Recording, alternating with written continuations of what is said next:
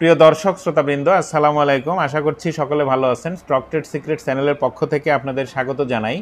আজ ছোট্ট একটা ভিডিও উপস্থাপন করব এবং এখানে সূচকের বিশ্লেষণটাই থাকবে। সূচকের যে প্যাটার্ন, এটা দেখে আমার মনে হচ্ছে যে সূচক কিন্তু ইলিয়ট ওয়েভ প্যাটার্নে আছে। আর এই ইলিয়ট ওয়েভটা দুইটা এর তরঙ্গ থাকে, একটা হচ্ছে ইম্পালসিভ মোড আর একটা হচ্ছে কারেক্টিভ মোড। এখন সূচক যে মোডে আছে এটা হচ্ছে ইম্পালসিভ মোড। এই ইম্পালসিভ মোডের আবার পাঁচটা অংশ, এই পাঁচটার মধ্যে 1, 3 এবং 5, এই তিনটা হচ্ছে আপ ট্রেন্ড মোড এবং 2 এবং 4 হচ্ছে তার বিপরীত দিকে, অর্থাৎ সংশোধন, যেখানে কারেকশন হয়। তারপরে যেটা ইলিয়ট ওয়েভের কারেক্টিভ মোড, এইটা আবার এ বি সি করে এইটা আবার কারেকশন হয় এবং সেক্ষেত্রে বড় ধরনের কারেকশনে মার্কেট যায়। তাহলে এইখানে আমি একটা ড্রয়িং নিয়েছিলাম, ড্রয়িংটা আমি তুলে দিলাম যে হিজিবিজি লাগছিল দেখতে। এখন আমি ড্রয়িংটা নিয়ে আসি, তাহলে এখানে আপনারা খেয়াল করেন যে ইলিয়ট ওয়েভের যে তরঙ্গ, পাঁচটা যে ইম্পালসিভ মোড থাকে, পাঁচটা যে তরঙ্গ থাকে, এই তরঙ্গের মধ্যে 1, 3 এবং 5 হচ্ছে ইম্পালসিভ অর্থাৎ আপ ট্রেন্ড এবং 2, 4 এই দুইটা হচ্ছে কারেক্টিভ মোড। এখন মার্কেট যেখানে আছে 3-এ আছে। আর এই তিনটার বৈশিষ্ট্য কি? 3 নম্বর ওয়েভের বৈশিষ্ট্য হচ্ছে 3 কখনোই এই 1, 3 এবং 5-এর মধ্যে ছোট হতে পারবে না। তাহলে 3 সব থেকে বড় হবে। তাহলে এখান থেকে মার্কেট আরো একটু, যদি এটা ইলিয়ট ওয়েভ হয় এবং আমার বিশ্লেষণ যদি ভুল না হয়, তাহলে মার্কেট এখান থেকে আগামী কালও পজিটিভ থাকবে এবং উপরের দিকে যাওয়ার কথা ইলিয়ট ওয়েভের ধরন অনুযায়ী।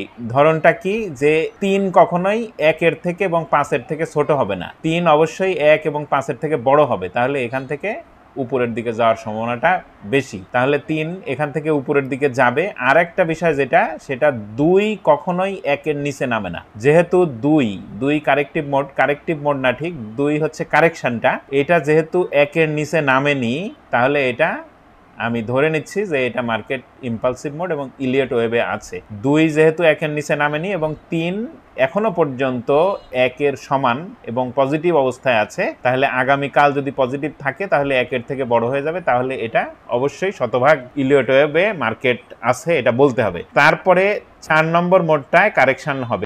বৃহস্পতিবার পজিটিভ থেকেও কারেকশন হতে পারে, আবার রবিবার পজিটিভ থেকে সোমবার থেকেও কারেকশন হতে পারে, বা মার্কেট যেদিন ওপেন থাকবে, আগামী সপ্তাহে ছুটি আছে, যেদিন মার্কেট ওপেন থাকবে, এইটা আগামী বৃহস্পতিবারের পরে যেদিন মার্কেট ওপেন থাকবে সেদিনও পজিটিভ থেকে মার্কেট কারেকশনে আসতে পারে। তার মানে 3 নম্বর ওয়েভটা বড় হতে হবে যদি ইলিয়ট ওয়েভ হয়, এবং তারপরে কারেকশনটা হবে এবং এই কারেকশনটা আবার 1-এর কাছাকাছি আসবে। তারপরে যে 5 নম্বর ওয়েভটা আসবে সেটা 3-এর থেকে ছোট হবে এবং ইম্পালসিভ যে 1 নম্বর যে তরঙ্গটা বা ওয়েভটা, 5টা 1-এর থেকে একটু ছোট হতে পারে বা 3-এর থেকে সেটা অবশ্যই ছোট হবে।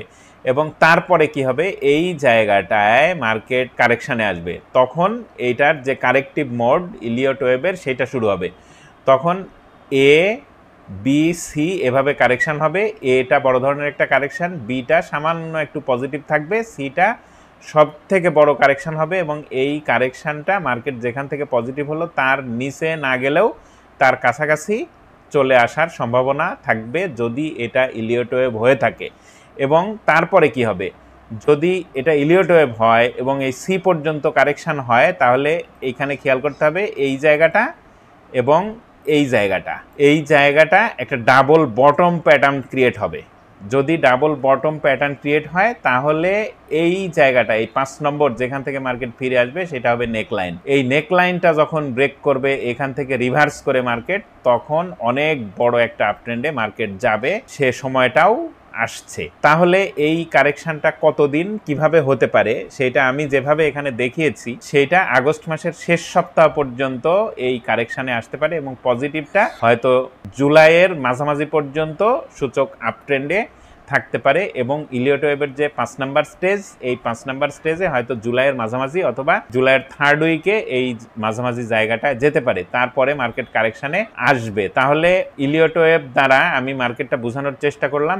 এখন ইলিয়ট ওয়েভ যেটা বোঝাচ্ছে বা যেটা দেখাইলো এই মার্কেটের আপট্রেন্ডটা কোন জায়গা পর্যন্ত যেতে পারে, এখন লেনদেন অনুযায়ী দেখি যে সেই জায়গাটা আসলে যেতে পারে কি পারে না, বা সেই জায়গাটা ব্রেকআউট করে উপরে যাবে কি যাবে না। সেটা যদি দেখি, এই ছোট্ট যে বক্সটা এঁকেছি এই জায়গাটায় নজর দিতে হবে, কারণ হচ্ছে এই সময় মার্কেটের লেনদেন হয়েছিল 600 কোটি টাকা বা তার বেশি। তাহলে এই জায়গা যে মার্কেটের যে ভলিউমটা হয়েছে, এই জায়গা বলতে কি, এটা হলো 4958, 60, 70 এই এরিয়াটা যে জায়গায় ইলিয়ট ওয়েভের 5 নম্বর স্টেজ অর্থাৎ সর্বোচ্চ ধাপটা যদি ব্রেকআউট করতে হয়, মার্কেটের ভলিউম লাগবে 600 কোটি টাকার উপরে এবং 650 থেকে 700 কোটি টাকা। যদি সেরকম হয় তাহলে এই জায়গাটা ব্রেকআউট করে উপরে যেতে পারবে এবং ইলিয়ট ওয়েভটা 3 নম্বরকে আরও তখন লম্বা হতে হবে। এই 3 নম্বর ওয়েভ যদি 4960 পর্যন্ত যায় বা যেতে পারে, তারপরে মার্কেট যখন 4 নম্বরে কারেকশন হবে এবং 5 নম্বরে যে আবার আপট্রেন্ড হবে, তখন মার্কেট আবার 700 কোটি টাকার উপরে যদি লেনদেন হয়, তাহলে মার্কেট 5 নম্বর ওয়েভে এই জায়গাটা তখন ব্রেকআউট করবে এবং ইলিয়ট ওয়েভ তখন আর একটু উপরের দিকে যাবে। সেক্ষেত্রে কারেকশনটা এতটা নিচে আসবে না, তখন আরো একটু উপরে হবে। তো এই ছিল মার্কেট নিয়ে আমার বিশ্লেষণ। আর এই ড্রয়িংটা যদি আমি তুলে দিই তাহলে দেখেন এটা হচ্ছে আমাদের সূচক, আর ড্রয়িংটা যদি আমি নিয়ে আসি তাহলে আমি এইভাবে বোঝানোর চেষ্টা করেছি। আমার মূল যে বিষয়টা ছিল সেটা এরকম 5টা স্টেজে মার্কেট আপ ট্রেন্ডে যাবে, তার মধ্যে 3 নম্বর ওয়েভে এখন মার্কেট আছে। 3 নম্বর ওয়েভটা কত দূর যায় সেটা দেখার বিষয়। এটা আমার ধারণা বা অ্যানালাইসিস অনুযায়ী এটা বলা যায়, যেহেতু 3 নম্বর ওয়েভটা লম্বা হয় এবং লম্বা যদি হয়ও, এটা কিন্তু 4960-এর উপরে যেতে হলে 700 কোটি টাকার উপরে মার্কেটের 650 থেকে 700 কোটি টাকা মার্কেটের লেনদেন লাগবে। সেটা সম্ভবত ওই পর্যন্ত মার্কেট টার্নওভারটা পাবে না, আর যদি না পায় মার্কেট এইভাবে কারেকশানে আসবে। এইটা হবে 4 নম্বর ওয়েভ। তারপরে 5 নম্বর ওয়েভটা হয়তো এই জায়গাটা অর্থাৎ 4960-70 এইটা ব্রেকআউট করে উপরে 5100 পর্যন্ত হয়তো যেতে পারে। সেক্ষেত্রে কারেকশনটা একটু কম হবে, এইভাবে এই পর্যন্ত কারেকশন আসতে পারে। আর যদি 4960 যদি 5 নম্বর ওয়েভ যায় এবং সেখান থেকে যদি কমে আসে, তাহলে এভাবে ABC করে কারেকশনে আসবে। এখন দেখা যাক কি হয়। এই ছিল আমার ভিডিও। যদি ভালো লাগে তাহলে লাইক দিতে পারেন এবং শেয়ার করতে পারেন এবং কমেন্ট করে জানাতে পারেন আপনার ভালো লাগা মন্দ লাগা। ধন্যবাদ সবাইকে, ভালো থাকবেন।